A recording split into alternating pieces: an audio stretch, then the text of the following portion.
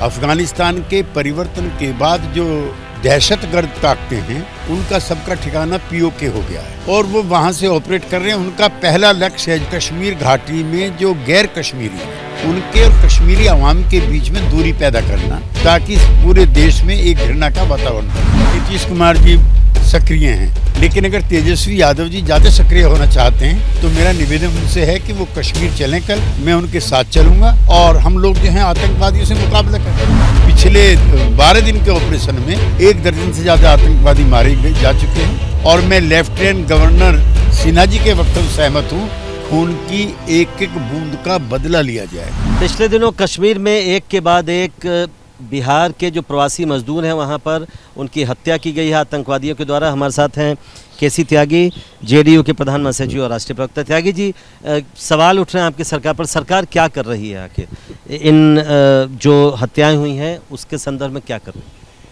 हत्याओं को लेकर के कश्मीर के लेफ्टिनेंट गवर्नर, गृह मंत्री, प्रधानमंत्री से लेकर नीतीश कुमार तक सब चिंतित हैं और ये एक बड़े डिजाइन का हिस्सा है। अफगानिस्तान के परिवर्तन के बाद जो दहशतगर्द ताकतें हैं उनका सबका ठिकाना पीओके हो गया है और वो वहाँ से ऑपरेट कर रहे हैं। उनका पहला लक्ष्य है जो सबको समझना चाहिए, वो है कश्मीर घाटी में जो गैर कश्मीरी हैं या जो गैर मुस्लिम हैं उनके और कश्मीरी अवाम के बीच में दूरी पैदा करना, ताकि पूरे देश में एक घृणा का वातावरण बने। मैं बहुत जिम्मेदारी के साथ कहना चाहता हूँ, इन दहशतगर्दों में कश्मीर के लोग शामिल नहीं। कश्मीर के लोगों ने कई अवसरों पर मदद की है। वहाँ पे जो लगभग 5 लाख के आसपास गैर कश्मीरी देश भर के मजदूर हैं और वहाँ की अर्थव्यवस्था का हिस्सा हैं वो। तो ना सिर्फ गैर कश्मीरियों को आइडेंटिफाई करके किलिंग कर रहे हैं, बल्कि जम्मू कश्मीर की जो सारी अर्थव्यवस्था है उसी को भंग करना चाहते हैं। सरकार चिंतित है, एलजी चिंतित है।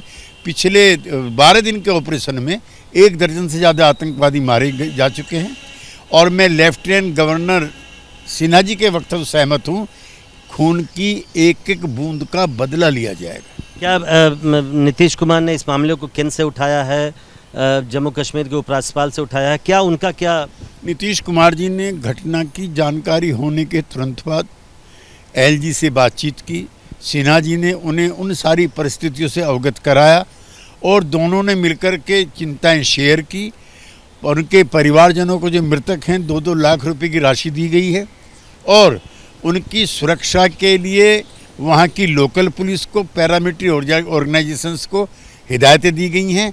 इस समय समस्त बिहारी वहाँ की पुलिस के सुरक्षा क्रम का हिस्सा है।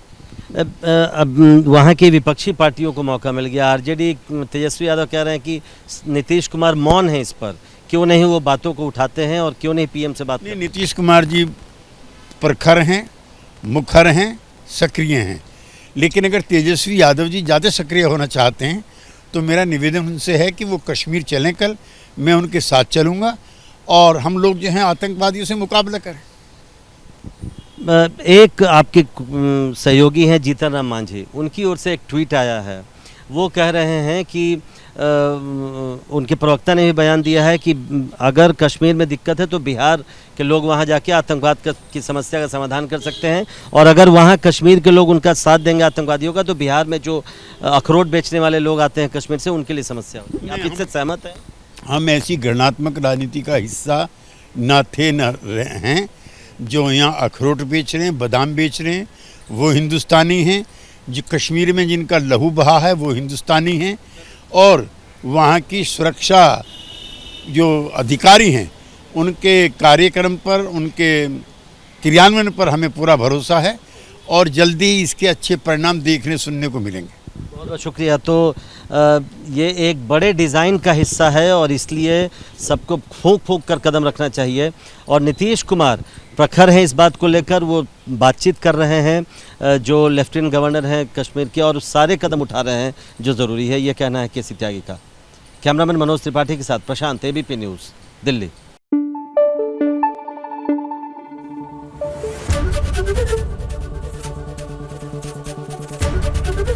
एबीपी न्यूज़ आपको रखे आगे।